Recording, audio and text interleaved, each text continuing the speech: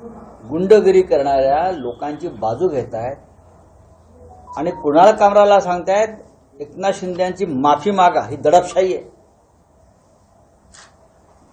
या मुख्यमंत्र्यांनी प्रशांत कोरडकरला अभय दिल्यामुळे हा 1 महिन्यापेक्षा जास्त काळ जामिनाच्या प्रयत्नात राहिला, पळून गेला महाराष्ट्रातून। पोलीस त्याला 24 तासात पकडू शकले असते, पण आज नाईलाज झाला। त्याचे जामीन अर्ज सर्व कोर्टाने फेटाळल्यावर त्याला अटक करावी लागली किंवा तो सरेंडर झाला। हे या महाराष्ट्राचं दुर्दैव आहे की या महाराष्ट्रामध्ये कोणत्याही प्रकारची कायदा आणि सुव्यवस्था राहिलेली नाही। महाराष्ट्र हे कधी काळी कायद्याचं राज्य म्हणून ओळखलं जायचं, आज ते कायद्याचं राज्य राहिलेलं नाही। राहुल सोलापूरकरनं शिवाजी महाराजांचा अपमान केला, तो मोकळा। कोरडकरला नाईलाजानंच अटक केली। लोक उठाव करतील आणि कुणाल कामराचं कालच्या प्रकरणावरचं लक्ष विचलित करायचं लोकांचं। एक रिक्षावाल्यावरती गाणं आलं म्हणून यंत्रणा हलते, पण कोरडकरसाठी यंत्रणा हलते नाही। बोला काय पुढे? साहेब, दुपारी मुंबईतील रस्त्यांसंदर्भात दुपारी 3 वाजता विधानसभा अध्यक्ष यांच्या दालनामध्ये झाला। आता एक विषय होता, परत रस्ते कुठे आणता येते? तर मुंबईत बोलेन ना, रस्त्यावरती बोलू ना। रस्त्यांच्या संदर्भातला भ्रष्टाचार आणि रस्त्यांची अवस्था यावर शिवसेनेचे नेते श्री आदित्य ठाकरे हे सातत्यानं बोलत आहेत।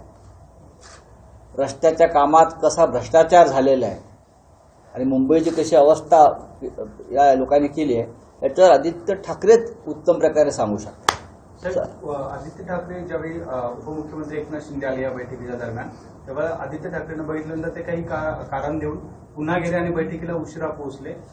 जेव्हा ते बैठकीला आले त्यावेळी आदित्य ठाकरे बसून होते, तो एक व्हिडिओ व्हायरल होता। आता ह्याच्यावरती मी काय मत व्यक्त करू? आमच्या डोळ्याला डोळे भिडवण्याची ताकद कोणत्याही गद्दारामध्ये नाही। आमच्या नजरेला नजर, आमच्या समोर बसण्याची, आमच्याशी चर्चा करण्याची, हे गुन्हेगार आहेत, त्यांचं मन त्यांना खातं आहे। म्हणून तर काल कुणाल कामरावरती हल्ला करावा लागला। कुणाल कामरानं त्याच्या विडंबनपर गाण्यामध्ये कोणाचंही नाव घेतलेलं नाही। मी ते गाणं ऐकलं, स्वतः ऐकलं, मी समजून घेतलं, कोणाचे नाव घेतलेलं नाहीये।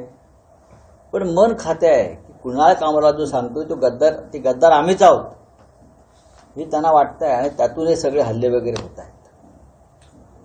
नाशिकचा कुंभमेळा आता 2 वर्षांवर आहे। काल मुख्यमंत्र्यांनी दौरा केला। एक मागणी आहे की कुंभमेळ्यासाठी जे प्राधिकरण होत आहे त्यामध्ये साधू महंतांचाही समावेश असावा, त्यांना पण स्थान मिळावं आणि त्यांच्या सल्ल्याने जे नियोजन कुंभमेळ्याचं केलं जावं। 2 साधू आहेत ना, गिरीश महाजन आणि दादा भुसे,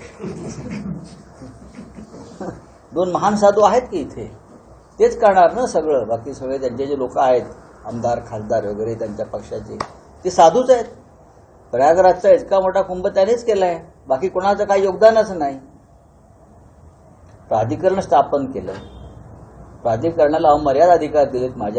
याच्याविषयी फार तर आमचे वसंतराव गुत्ते फार चांगलं सांगू शकते। महानगरपालिकेला काही अधिकारच ठेवलेला नाहीये। हळूहळू ती माहिती समोर बाहेर येईल। पण साधू महंतांचं म्हणणं आहे की आम्हाला त्यामध्ये घ्यावं, जेणेकरून कुंभमेळा आमच्यासाठी भरतो। नक्कीच आहे, मी त्यांच्या मताशी सहमत आहे। जे साधू आहेत किंवा इतर जे धार्मिक नेते आहेत की ज्यांच्या सहभागाशिवाय कुंभमेळा यशस्वी होत नाही। भाविक आणि श्रद्धाळू येतात, पण जोपर्यंत हे सगळे आखाडे येत नाहीत, हे साधू येत नाहीत, तोपर्यंत त्या कुंभमेळ्याचं पावित्र्य आणि महत्त्व लोकांसमोर जात नाही। तरी सूचना आता असं आहे की हिंदुत्ववादी सरकार आहे ना, त्यांनी साधूंची मागणी जी आहे, जी भूमिका आहे, त्याच्यावर विचार केला पाहिजे। मुख्यमंत्र्यांचं म्हणणं आहे की प्राधिकरण मॅनेजमेंट हे अधिकाऱ्यांचं काम आहे, साधू महंतांचं काम फक्त आध्यात्मिक क्षेत्रात आहे, त्यामुळे त्यांना